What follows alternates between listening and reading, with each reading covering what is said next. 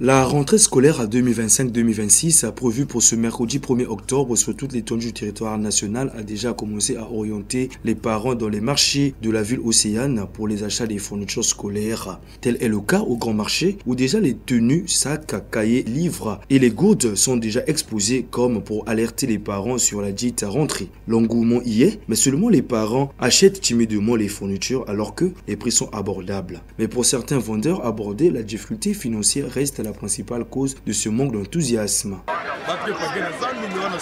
Il y a beaucoup de gens au marché, mais ils n'achètent pas. Toutes les fournitures scolaires sont là. J'avais fait des achats depuis ce matin, mais les cahiers traînent encore là. Donc nous ignorons si nous allons vendre ou pas, et si les enfants vont aussi fréquenter ou pas.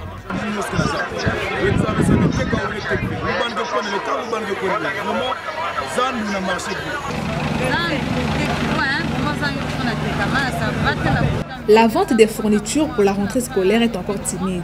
Les clients viennent petit à petit, comme nous approchons vers la fin du mois de septembre. Ceux-ci se manifestent un à un. Nous patientons jusqu'au 1er octobre en espérant bien vendre.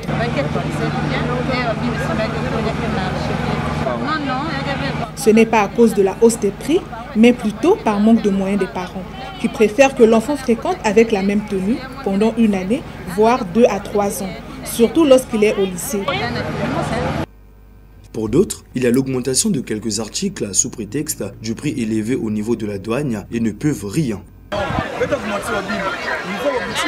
La hausse des prix ne provient pas de nous, mais plutôt des boutiques où nous faisons nos achats. Car l'année passée, on pouvait faire nos achats à partir de 1500 francs, mais actuellement, c'est devenu 2500 francs.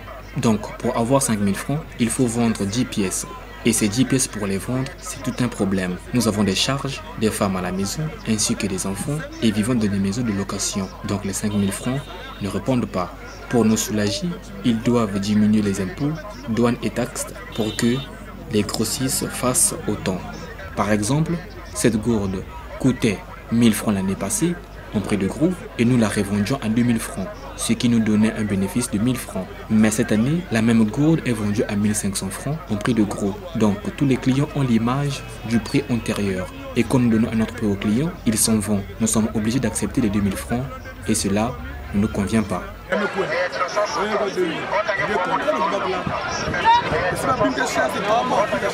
S'ils sont coûteux, c'est à cause du prix d'achat des commerçants, que ceux qui ont déjà les moyens se présentent au marché pour faire leur achat.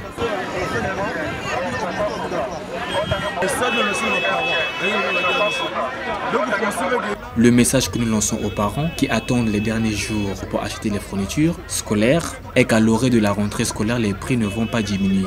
Bien au contraire, ils vont augmenter de plus belle.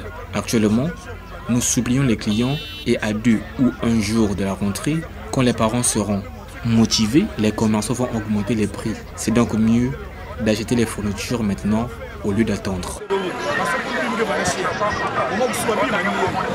Il s'est de noter que l'ambiance dans les marchés dans le cadre des fournitures scolaires est encore timide. Aux parents de penser déjà à l'achat des fournitures scolaires de leur progéniture pour cette rentrée scolaire qui pointe à l'horizon, dans l'espoir que les enfants ne ratent pas le début, comme le dit un adage populaire.